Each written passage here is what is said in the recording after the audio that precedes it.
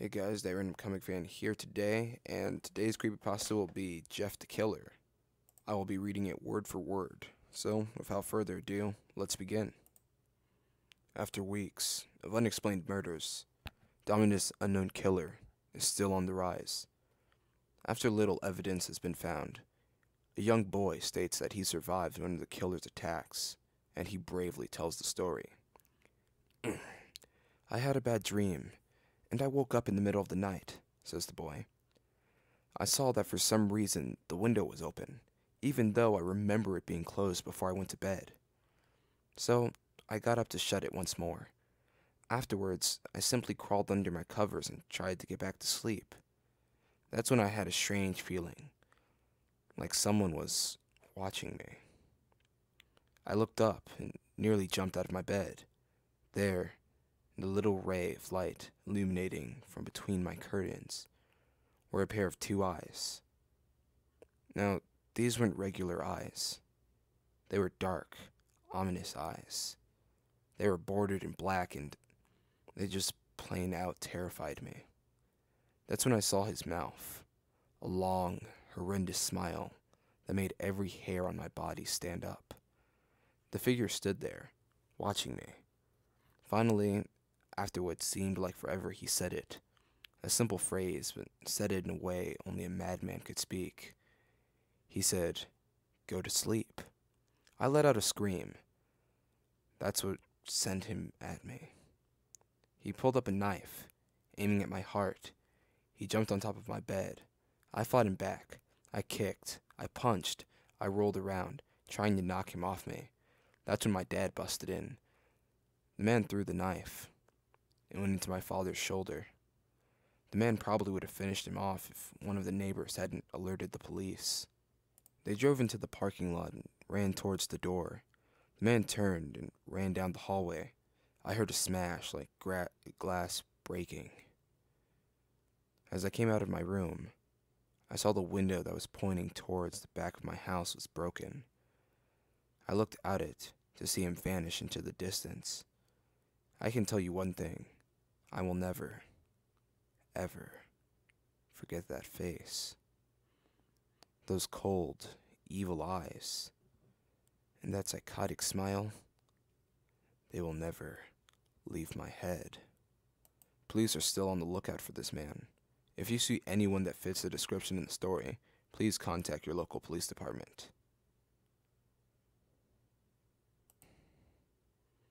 Jeff and his family had just moved into a new neighborhood. His dad had gotten a promotion at work, and they thought it would be best to live in one of those fancy neighborhoods. Jeff and his brother Lou couldn't complain, though. A new, better house, what was not to love? As they were getting unpacked, one of their neighbors came by. "Hello," she said. "I'm Barbara. I live across the street from you. Well, I just wanted to introduce myself and to introduce my son, too." She turns around and calls her son over. "Billy, these are our new neighbors." Billy says hi and ran back to play in his yard some more. "Well," said Jeff's mom, "I'm Margaret, and this is my husband Peter, and my two sons, Jeff and Lou." They each introduced themselves, and then Barbara invited them to her son's birthday party.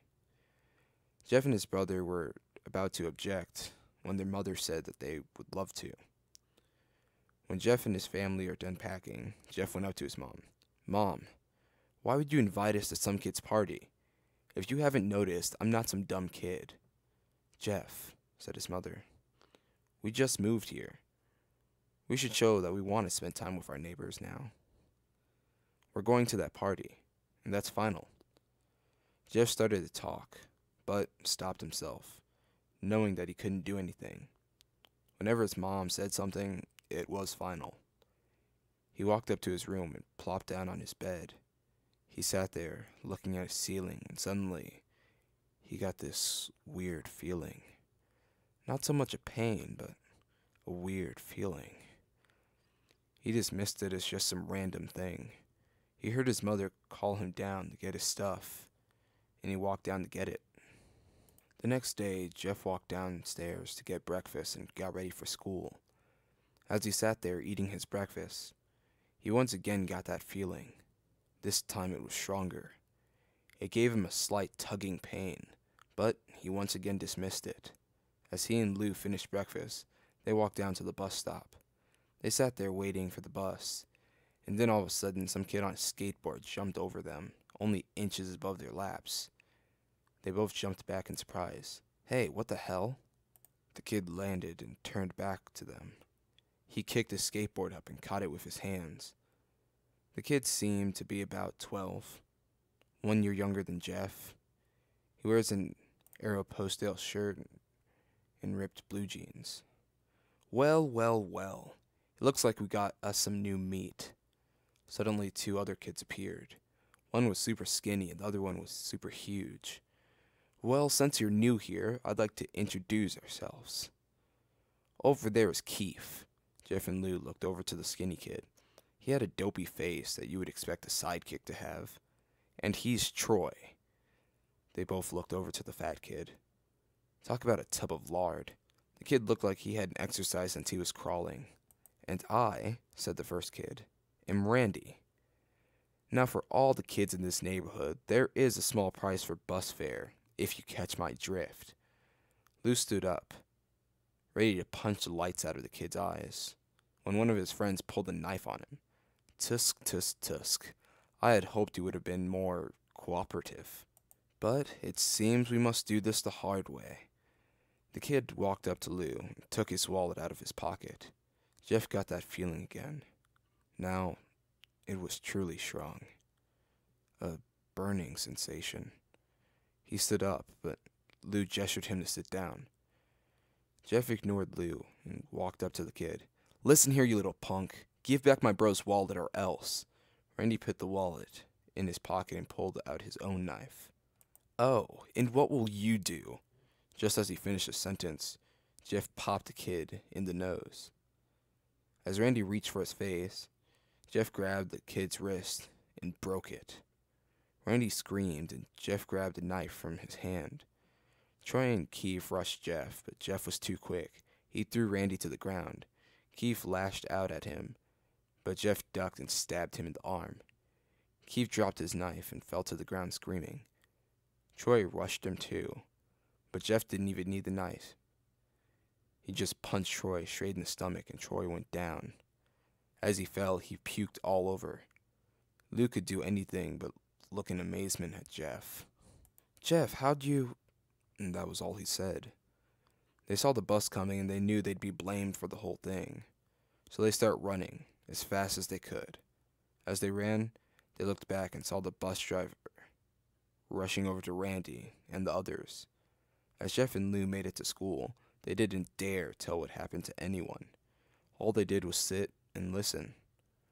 Lou just thought of that as his brother beating up a few kids, but Jeff knew it was something more. It was something scary. As he got that feeling, he felt how powerful it was. The urge to just hurt someone. He didn't like how it sounded, but he couldn't help feeling happy. He felt that strange feeling go away, and stay away for the entire day of school. Even as he walked home, due to the whole thing near the bus stop, and how he probably wouldn't be taking the bus anymore, he felt happy. When he got home, his parents asked him how his day was, and he said, in a somewhat ominous voice, It was a wonderful day. Next morning, he heard a knock at his front door. He walked down to find 2 police officers at the door and his mother looking back at him with an angry look. "Jeff, these officers tell me that you attacked 3 kids, that it wasn't regular fighting, and that they were stabbed. Stabbed, Jeff!" Jeff's gaze fell to the floor, showing his mother that it was indeed true. "Mom, they were the ones who pulled the knives on me and Lou." "Son," said one of the cops, "we found 3 kids, 2 stabbed and 1 having a bruise on his stomach, and we have witnesses proving that you fled the scene. Now what does that tell us?" Jeff knew it was no use. He could say him and Lou had been attacked, but then there was nothing to prove it. They couldn't say that they weren't fleeing, because, truth be told, they were. so Jeff couldn't defend himself or Lou. Son, call down your brother. Jeff couldn't do it, since it was him who beat up all the kids. Sir, it was me. I was the one who beat up the kids. Lou tried to hold me back, but he couldn't stop me. The cop looked at his partner, and they both nod. Well, kid, looks like a year in juvie. Wait, says Lou. They all looked up to see him holding a knife. The officers pulled their guns and locked them on Lou. It was me. I beat up those little punks. Have the marks to prove it. He lifted up his sleeve to reveal cuts and bruises, as if he was in some kind of struggle. Son, just put the knife down, said the officer. Lou held up the knife and dropped it to the ground. He put his hands up and walked over to the cops. No, Lou, it was me. I did it. Jeff had tears running down his face. Poor bro, trying to take the blame for what I did. Well, take me away. The police led Lou out to the patrol car. Lou, tell them it was me. Tell them. I was the one who beat up those kids. Jeff's mother put her hand on his shoulders. Jeff, please. You don't have to lie. We know it's Lou. You can stop. Jeff watched helplessly as the cop car speeds off with Lou inside. A few minutes later, Jeff's dad pulled into the driveway, seeing Jeff's face and knowing something was wrong. Son? Son, what is it? Jeff couldn't answer. His vocal cords were strained from crying. Instead, Jeff's mother walked his father inside to break the bad news to him, as Jeff just wept in the driveway. After an hour or so, Jeff walked back into the house. Seeing that his parents were both shocked, sad, and disappointed, he couldn't look at them. He couldn't see how they thought of Lou when it was his fault. He just went to sleep, trying to get the whole thing off his mind.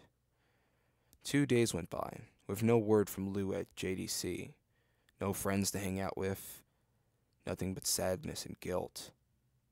That is until Saturday. And Jeff is woke up by his mother with a happy, sunshiny face. Jeff, it's the day, she said, as she opened the curtains and let light flood into his room. What? What's the day? Asked Jeff as he stirs awake. Why, it's Billy's party. He was now fully awake. Mom, you're joking, right? You don't expect me to go to some kid's party after... There was a long pause. Jeff, we both know what happened. I think this party could be the thing that brightens up the past days. Now get dressed. Jeff's mother walked out of his room and downstairs to get ready herself. He fought himself to get up. He picked out a random shirt and pair of jeans and walked downstairs. He saw his mother and father all dressed up.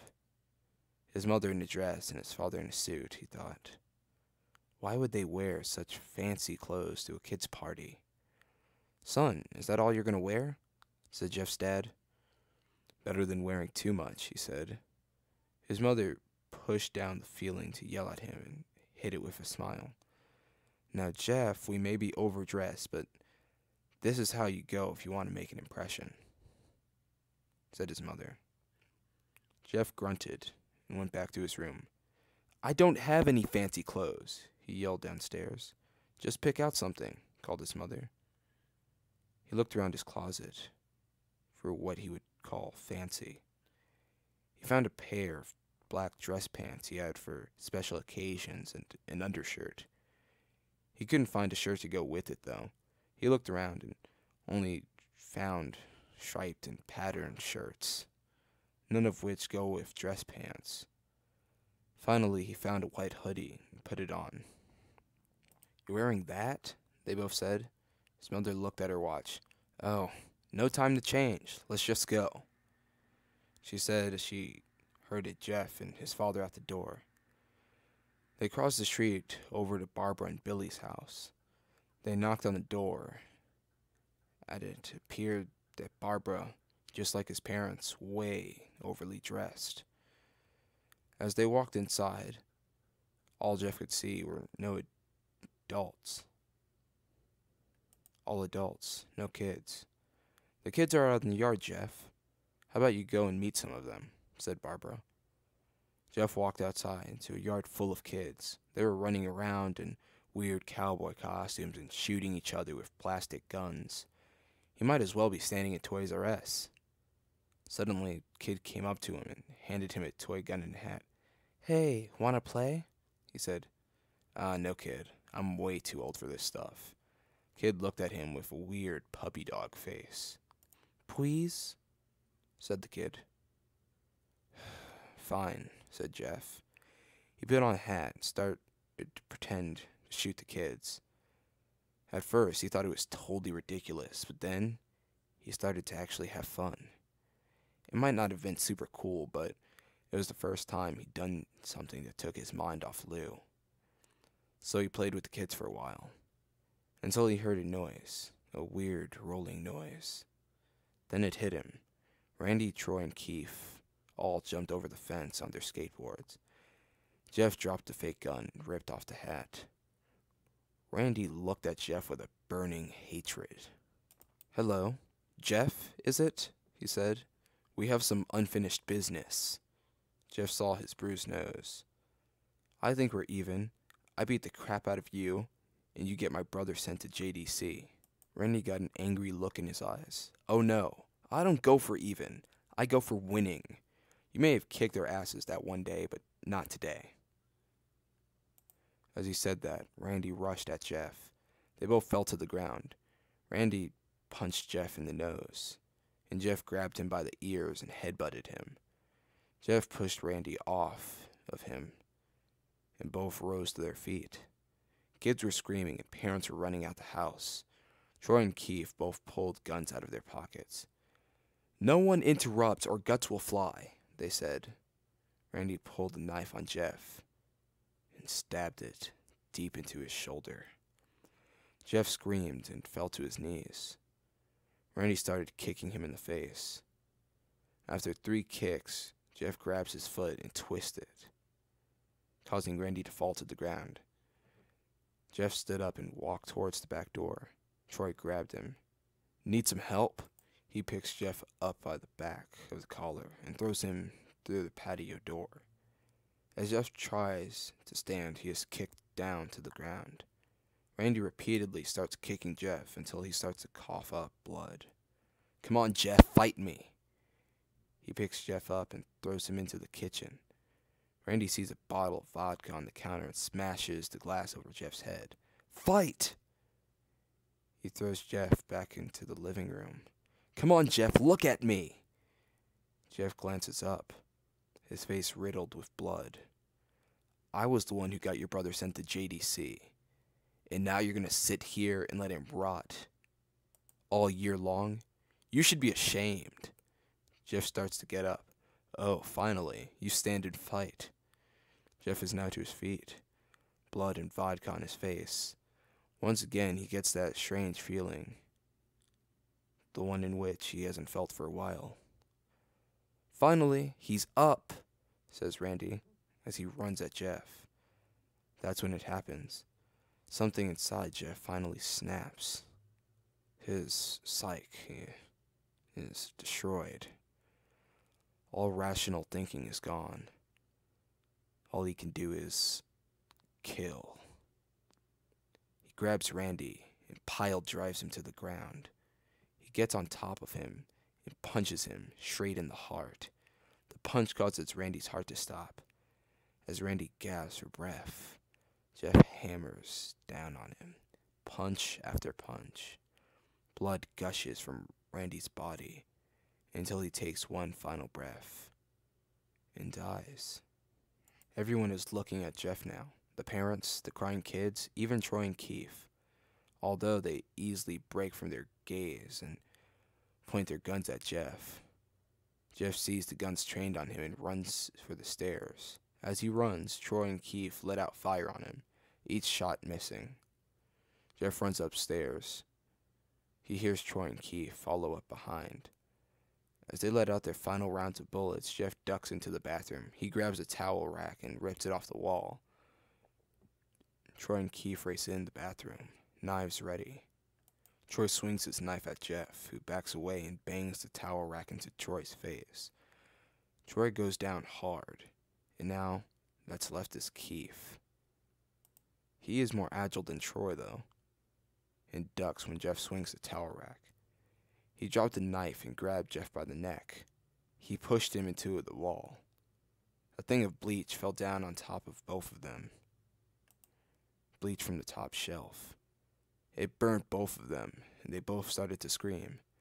Jeff wiped his eyes as best he could. He pulled back the towel rack and swung it straight into Keith's head.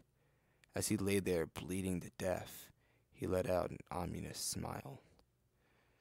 "What's so funny?" asked Jeff. Keith pulled out a lighter and switched it on. "What's funny," he said, "is that you're covered in bleach and alcohol." Jeff's eyes widened as Keith threw the lighter at him. As soon as the flame made contact with him, the flames ignited, the alcohol and the vodka. While the alcohol burned him, the bleach bleached his skin. Jeff let out a terrible screech as he caught on fire. He tried to roll out the fire, but it was no use. The alcohol had made him a walking inferno. He ran down the hall and fell down the stairs. Everybody started screaming as they saw Jeff, now a man on fire, drop to the ground, nearly dead. The last thing Jeff saw was his mother and the other parent trying to extinguish the flame. That's when he passed out. When Jeff woke up, he had a cast wrapped around his face. He couldn't see anything, but he felt a cast on his shoulder and stitches all over his body. He tried to stand up, but he realized that there was some tube in his arm. And when he tried to get it up, it fell out, and a nurse rushed in. "I don't think you can get out of bed just yet," she said, as she put him back in his bed and reinserted the tube. Jeff sat there, with no vision, no idea of what his surroundings were. Finally, after hours, he heard his mother. "Honey, are you okay?" she asked. Jeff couldn't answer, though. His face was covered, and he was unable to speak. "Oh, honey, I have great news. After all the witnesses told the police that Randy confessed of trying to attack you, they decided to let Luke go." This made Jeff almost bolt up, stopping halfway, remembering the tube coming out of his arm. "He'll be out by tomorrow, and then you two will be able to be together again." Jeff's mother hugs Jeff and says her goodbyes.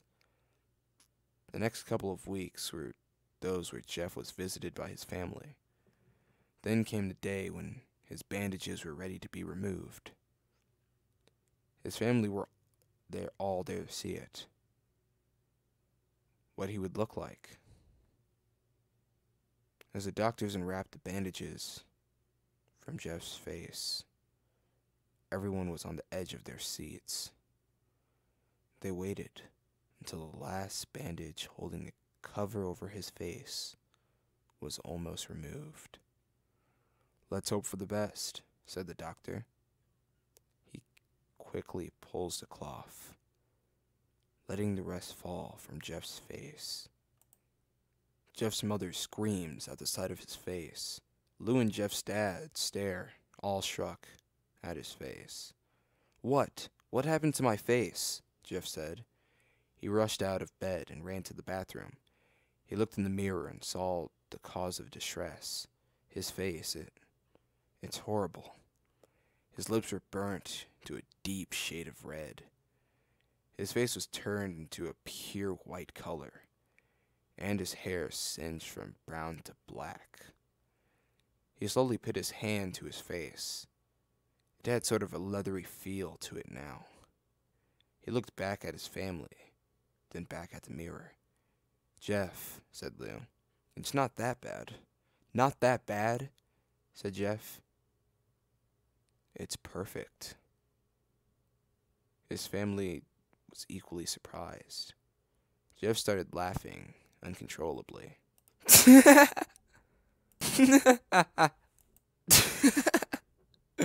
Jeff's parents noticed that his left eye and hand start twitching. Jeff? Are you okay? Okay? I've never felt more happy. Ha ha ha ha ha. Look at me! This face goes perfectly with me. Jeff couldn't stop laughing. He stroked his face, feeling it again, looking at it in the mirror. What caused this? Well, you may recall that when Jeff was fighting Randy, something in his mind, his sanity, snapped. Now he was left as a crazy killing machine. That is, his parents didn't know. Doctor, said Jeff's mom, is my son all right? You know, in the head. Oh yes, this behavior is typical for patients that have taken very large amounts of painkillers. If his behavior doesn't change within a few weeks, bring him back here, and we'll give him a psychological test. Oh, thank you, doctor. Jeff's mother went over to Jeff. Jeff, sweetie, it's time to go. Jeff looks away from the mirror. His face still formed into a crazy smile. "'Kay, mommy. Ha, ha, ha, ha, ha, ha, ha." His mother took him by the shoulder and took him to go get his clothes. "This is what came in," said the lady at the front desk. Jeff's mom looked down to see the black dress pants and white hoodie her son wore. Now they were clean of blood and now stitched together. Jeff's mother led him to his room and made him put his clothes on. Then they left, not knowing that this was their final day of life. Later that night, Jeff's mother woke to the sound coming from the bathroom. It sounded as if someone was crying. She slowly walked over to see what it was. When she looked into the bathroom, she saw a horrendous sight. Jeff had taken a knife and carved a smile into his cheeks. "Jeff, what are you doing?" asked his mother in fear. Jeff looked over to his mother. "I couldn't keep smiling, Mommy. It hurt after a while. Now, I can smile forever." Jeff's mother noticed his eyes, ringed in black. "Jeff, your eyes!" His eyes were seemingly never closing. "I couldn't see my face. I got tired of my eyes closing. I burnt out the eyelids so I could forever see myself, my new face." Jeff's mother slowly started to back away, saying that her son was going insane. "What's wrong, Mommy? Aren't I beautiful?" Yes, son," she said. "Yes, you are. Let me go get Daddy, so he can see your new face." She ran into the room and shook Jeff's dad from his sleep. "Honey, get the gun. She stopped as she saw Jeff in the doorway, holding a knife. "Mommy, you lied." That's the last thing they heard as Jeff rushed them with the knife, gutting both of his parents. His brother Lou woke up, startled by some noise. He didn't hear anything else, so he just shut his eyes and tried to go back to sleep. As he was on the border of slumber, he got the strangest feeling that someone was watching him. He looked up before Jeff's hand covered his mouth. He slowly raised the knife, ready to plunge it into Lou. Lou thrashed here and there, trying to escape Jeff's grip. As Jeff said, "Shh, just go to sleep." Okay, guys, that one was a bit of a lengthy one, but it's over. Thanks for going through that with me. I hope you guys really liked it. If you guys did, please recommend some more in the comment section below. I will do them. And please like, comment, and subscribe for more content like this. Until next time, That Random Comic Fan, out.